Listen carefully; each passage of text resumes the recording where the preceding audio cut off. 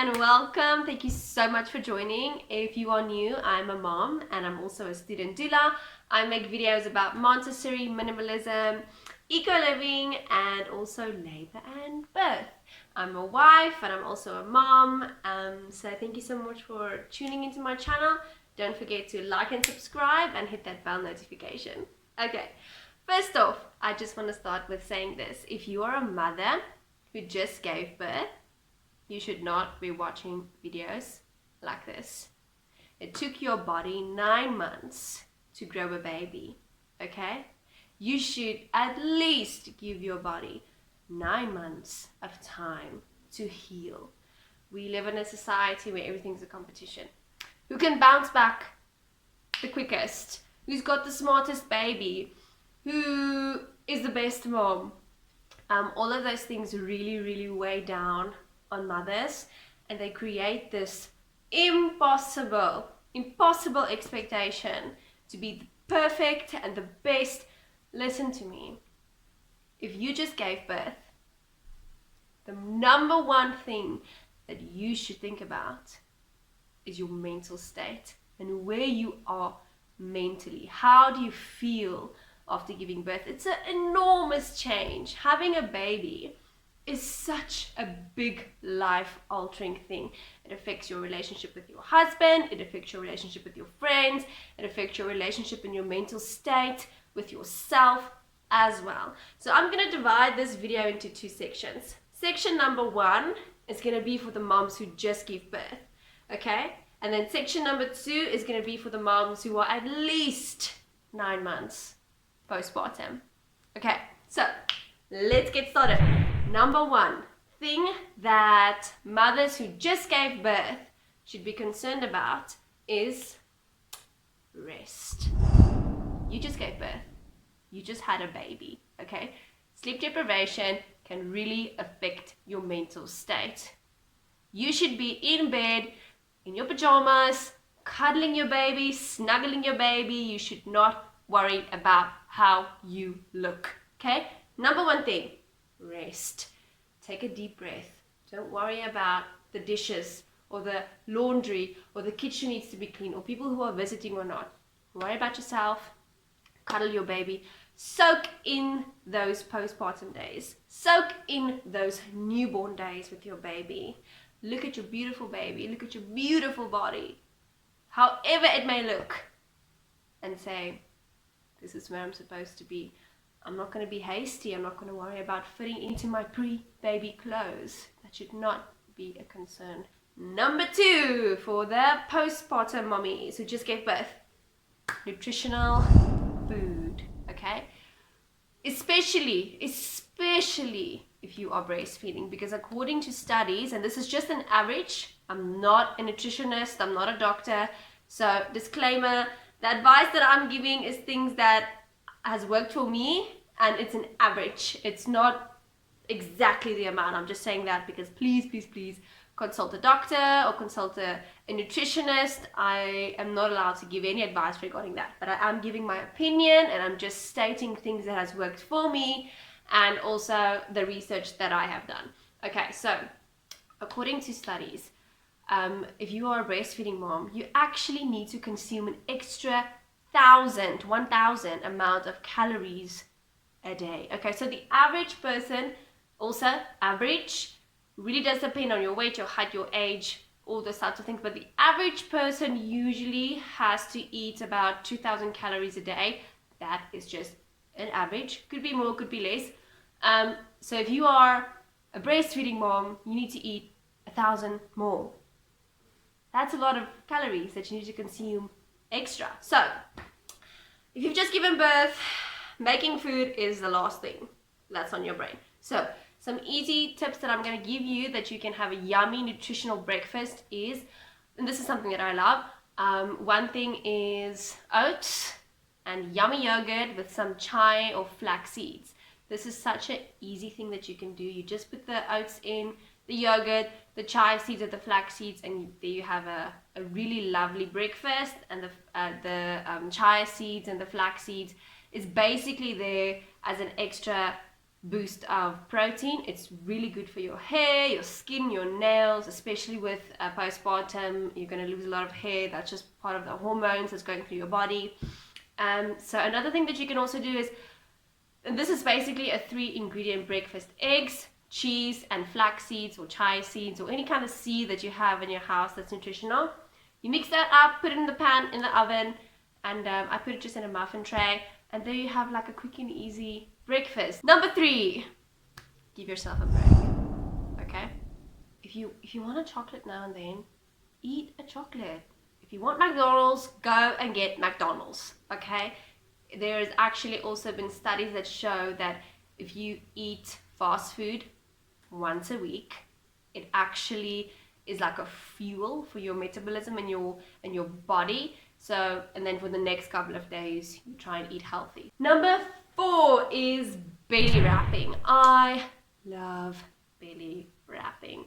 If you've had a cesarean, please consult with your doctor, because I'm not 100% sure if it is safe to belly wrap after having a cesarean, just after birth. So you have to check with your body as well. If it's uncomfortable and it's not working for you, then don't do it. But belly wrapping really worked for me, to get into comfortable clothes and to feel that I'm gonna have like this belly, contained. Not that it was a problem to look at it, but just it was kind of uncomfortable in clothes, especially if the clothes were quite tight fitting. So I wrapped that belly up, put some lovely comfortable tights or pajama pants, and that was my go-to. Love your beautiful mom bod. Okay, look at that beautiful belly. Look at those beautiful voluptuous thighs and bum who just birthed a baby, and say, wow, I'm so proud of my body. Even if you've got stretch marks, even if your boobs are weird and saggy, because let's be real, expecting your body to be the same after birth that's just impossible. Honestly, I know that everyone's body is different, and so everybody has their own kind of struggles and insecurities. For me personally, I'm just gonna be real, my boobs are super lopsided, and when I mean super, I mean like it's visible. Okay, I've been breastfeeding for almost 2 years, and my daughter just had a favorite boob, and you're probably looking at my boobs right now. My daughter had a favorite boob. That's in most breastfeeding cases, that's the case. And so, like, I'm just gonna cover my. So, one of my boobs are bigger than the other one. Like, it's visible, okay? And they're like not what they used to be. After my milk came in, a couple days after birth, I had like Pamela Anderson right there, and then yeah, with time, nou sal my Rusantjie op 'n stokkie hoor. Anyway, so yeah, that's just changed, and that's something that I've had to accept about myself. And you know what? Who cares? The only person who's seen my boobs are my husband and my toddler, and both of them love them. And that's just one of those things. And I look at myself in the mirror and I say, I'm proud of how I look. I'm proud of who I am. I carry these lopsided boobies around with confidence, because what my body did is amazing, and I am not going to shy away from who I am and from my body after birth.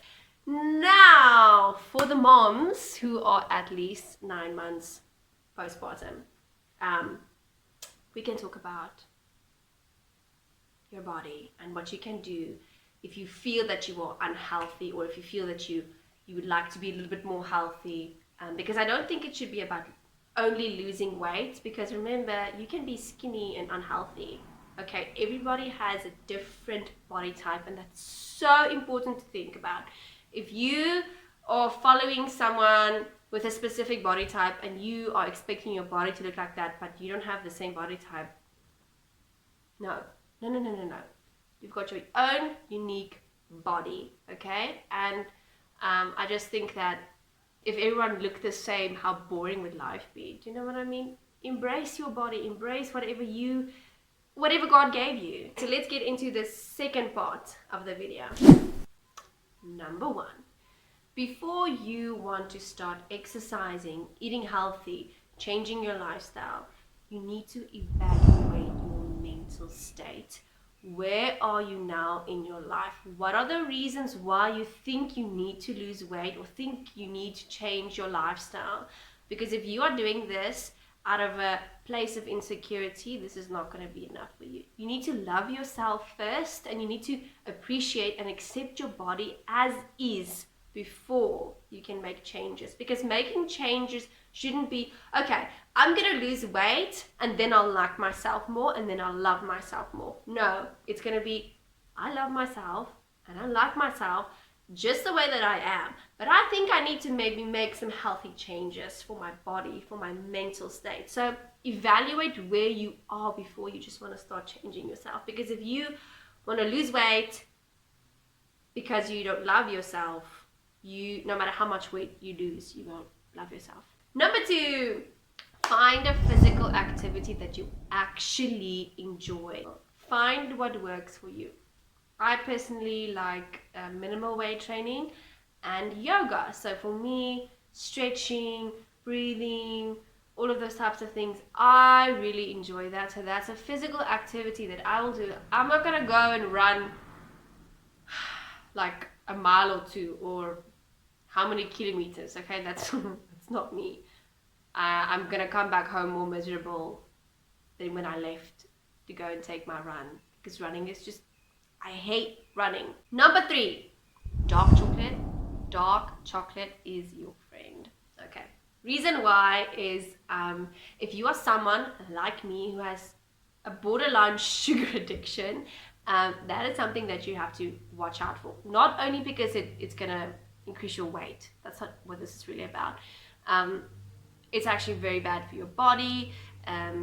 If you are someone that's constantly addicted to sugar crashes can actually affect your mood, your stability, how you sleep, your health, your overall mental state. So dark chocolate can actually decrease cravings. So you can eat a block of chocolate in the morning, or a block of chocolate or 2 blocks of chocolate at night before you go to bed.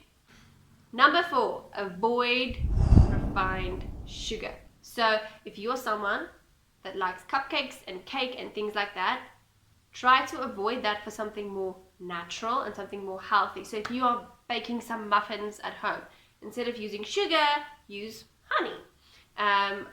I also, because I have a sugar addiction and I do now and then eat chocolate or whatever, I switch out my sugar and I kind of try to get ways to decrease the amount of sugar that I get into my body. So I don't drink sugar in my coffee or in my tea. I don't eat white bread at all. I'll eat like a brown bread or like a yummy gluten-free bread. I also try to avoid eating like jelly babies and sweets and that, and rather than eating that, I'll eat like fruit. So fructose is much more better than refined sugar.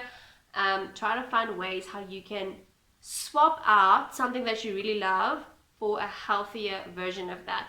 And then, especially with dairy and cheese and yogurt, eating fat-free yogurt is not good for you. Your body needs those fats. Get full cream yogurt, get lovely full cream cheese, get milk. Don't get low-fat milk, get full cream milk. Your body needs those fats.